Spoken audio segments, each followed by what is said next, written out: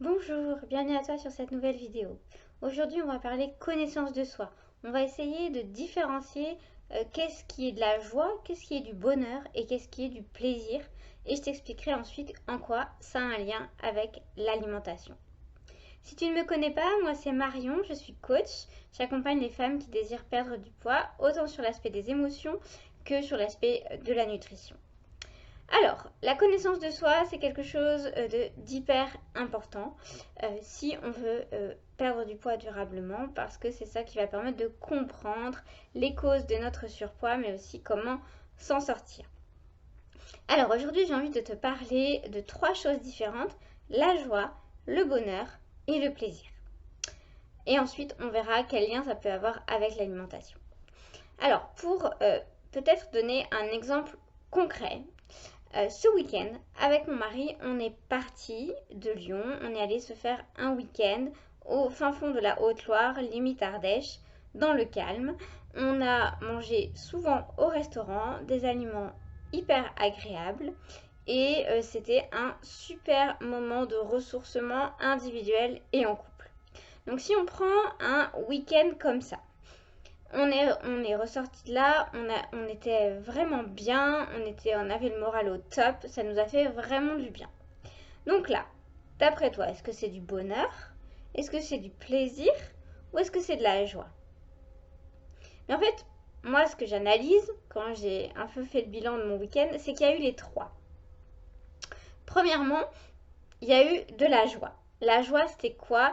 C'était la joie de se retrouver en tant que couple, mais aussi de se retrouver individuellement dans un environnement calme et de faire le point un petit peu sur nous, sur notre vie et de discuter en profondeur et de tisser des liens plus forts de couple. Ça, pour moi, c'est de la joie. C'est quelque chose que l'on a vécu qui va durer, qui va impacter notre présent, même si le week-end est fini. Donc ça, pour moi, c'est la définition de la joie. Ce sont des événements qui vont nous marquer positivement et qui vont avoir encore un impact sur notre présent, même quand ces événements sont passés. Donc, ça peut être la joie d'avoir un enfant, par exemple. C'est pas quelque chose qui va s'estomper à partir du moment où on a accouché. Non, au contraire, la joie d'avoir un enfant, c'est une joie qui va perdurer tout au long de la vie de l'enfant, même quand l'enfant va être hyper désagréable, quand il va nous fatiguer, quand on va être un peu à bout. On a quand même la joie d'avoir cet enfant parce qu'on l'aime, parce qu'il y a un amour pour lui qui est impressionnant et ça répond à quelque chose de profond à l'intérieur de nous. Et donc c'est de la joie. La joie, ça peut être aussi quand on a eu une dispute ou un conflit avec quelqu'un et qu'on s'est réconcilié et que du coup on sent que la relation est plus forte après. Moi, je mets ça dans la définition de la joie de la réconciliation. C'est pas forcément un moment agréable, toujours, ou extrêmement agréable. C'est pas forcément un moment émotionnellement fort, intense, rempli d'adrénaline et de dopamine. Mais c'est quelque chose qui profondément va avoir un impact positif sur notre vie, sur nos relations et un impact profond. La joie, je vois ça comme quelque chose, comme un sentiment des profondeurs en fait. Un sentiment des profondeurs qui impacte notre présent et qui est aussi encore présent même dans les difficultés.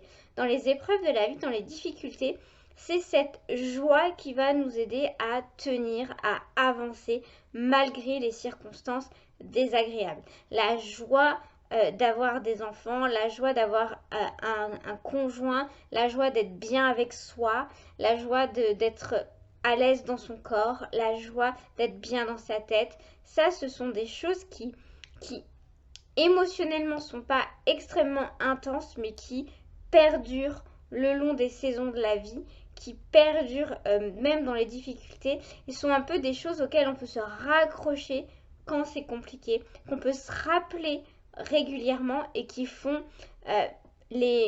nos vies en fait. Pour moi, les événements joyeux, c'est ça. C'est des événements qui vont marquer profondément notre vie dans le présent et notamment au travers des difficultés qui vont être un peu des bouées auxquelles on peut se raccrocher. Donc un sentiment plutôt des profondeurs. Moi, je définis la joie comme ça. Donc sur un week-end comme on vient de passer, il y a eu la joie de se retrouver en tant que couple, de prendre du temps pour nous, de renforcer nos liens et de aussi prendre du temps chacun avec soi pour que ça puisse impacter au quotidien notre vie. Ça, c'est la joie.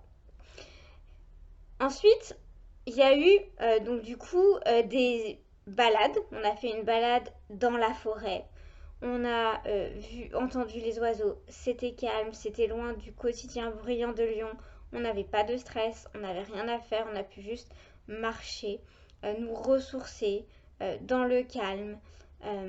Voilà, observer les paysages aussi. Ça, moi je mets ça sur le compte du bonheur. C'était vraiment des moments de bonheur. Il n'y a pas à dire. C'était hyper agréable émotionnellement. On y serait resté hyper longtemps si on avait pu, pardon. C'était vraiment des moments de bonheur. Pour moi, ça a rempli ma jauge de bonheur. C'était vraiment des moments de pur bonheur. Donc le bonheur, je le définis comme des événements vraiment hyper agréables sur le moment. Hyper agréable sur le moment. Donc ça peut être les vacances. Les vacances, souvent, c'est des moments de bonheur. Les temps en famille, les célébrations d'anniversaire, c'est des moments de bonheur. Entre amis, des moments de bonheur. Des soirées au coin du feu, des barbecues entre amis le dimanche, des repas de famille quand ça se passe bien dans la famille. La naissance d'un enfant, on va faire une fête pour le baptême le baptême d'un adulte ou la naissance d'un enfant. Ça va être des moments de bonheur, des moments qui font du bien, des moments qu'on a envie qui durent tout le temps en fait. Et c'est un peu notre aspiration au paradis qui se manifeste, notre aspiration à ces moments juste merveilleux quoi, où il n'y a pas de stress, où il n'y a pas de complications, où on est juste bien. Pour moi, ça c'est le bonheur. Les événements, le bonheur, on sait que ça dure jamais vraiment. Les moments de bonheur, en fait, ils sont là, ils sont ponctuellement, ils peuvent être réguliers et c'est chouette. Mais on sait qu'avec les aléas de la vie, ils vont pas être constants. Hein. Parfois, il va y avoir des moments plus difficiles. Parfois, il va y avoir des moments juste neutres où c'est la vie. Et parfois, il y a des moments de bonheur. Donc pour moi, ça, c'est ma définition du bonheur. Maintenant, le plaisir. Le plaisir, pour moi, c'est ce week-end, si on prend l'exemple du week-end, pour moi, le plaisir, ça a été nos repas au restaurant. Vraiment, c'était des bons aliments. J'ai pris plus de desserts que d'habitude. C'était agréable au palais. Sur le coup, c'était vraiment chouette. Vraiment, sur le coup, c'était super bon, super agréable au palais. Ça m'a procuré des sensations agréables. Ça, pour moi, c'est du plaisir. J'ai eu des moments de plaisir. Donc c'était agréable sur le moment, mais alors que je te parle, aujourd'hui on est lundi, je ne ressens plus ce plaisir de ce que j'ai mangé ce week-end. Parce que le plaisir, c'est ponctuel, c'est éphémère même, je dirais. C'est intense au moment où tu le vis, mais ça ne dure pas. Et le plaisir de ce que j'ai mangé ce week-end ne va pas m'aider si aujourd'hui j'ai une mauvaise nouvelle à avancer, à tenir, contrairement à la joie. Le plaisir, c'est vraiment quelque chose d'éphémère. Mais qui est agréable, qui dans le cerveau libère de la dopamine, qui est une hormone vraiment agréable, qui est aussi l'hormone de la récompense.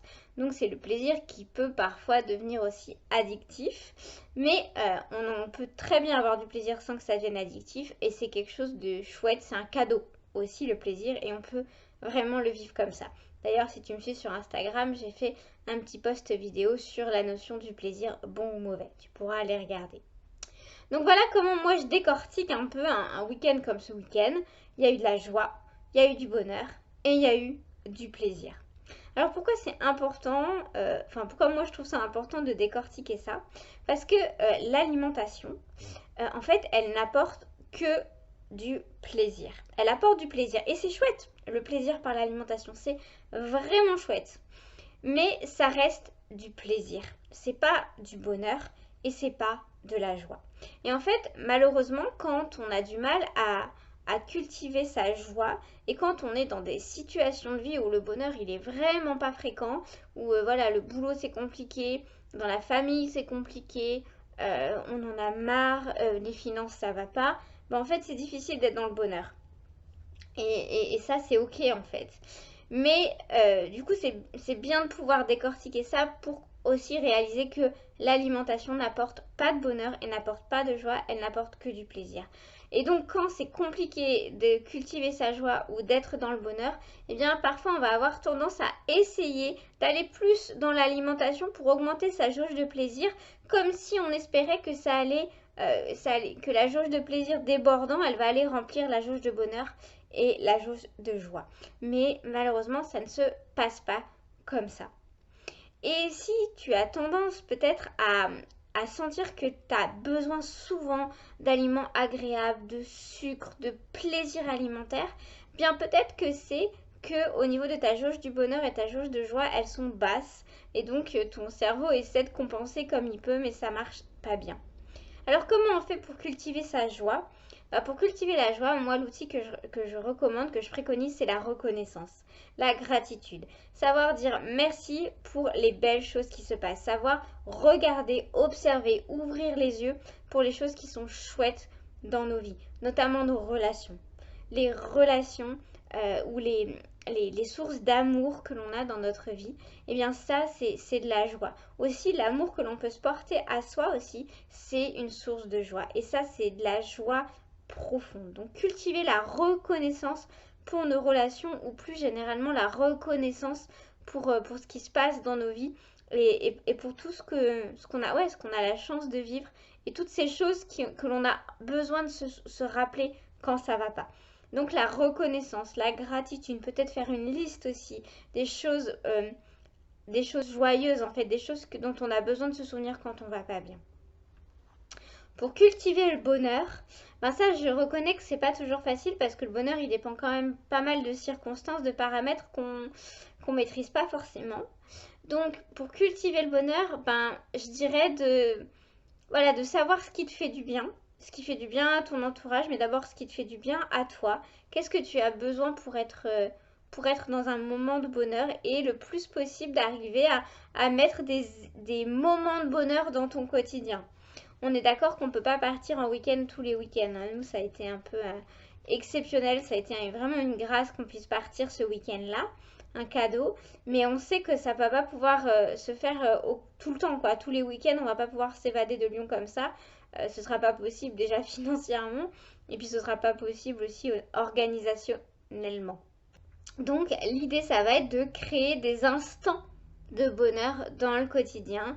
De prendre du temps peut-être pour aller se balader, de prendre du temps pour juste se reposer, prendre du temps, du bon temps en fait. Et ça va participer au bonheur aussi. Ou ça peut aussi vouloir dire parfois quitter le travail dont on ne peut plus en fait, qui nous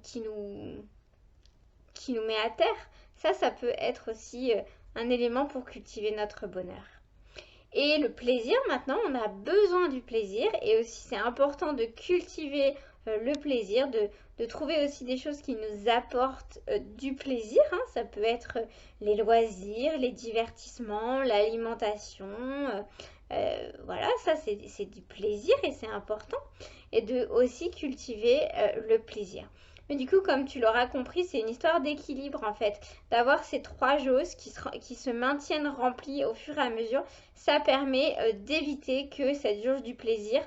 En fait, pourquoi quand les jauges sont basses, on va aller naturellement vers le plaisir? Parce que le plaisir est plus facilement accessible.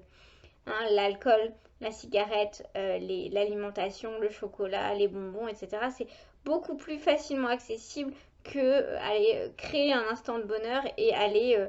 d'aller chercher tout ce qui nous rend joyeux, d'aller chercher la joie de nos relations. Donc du coup, on va avoir tendance à aller vers le plaisir.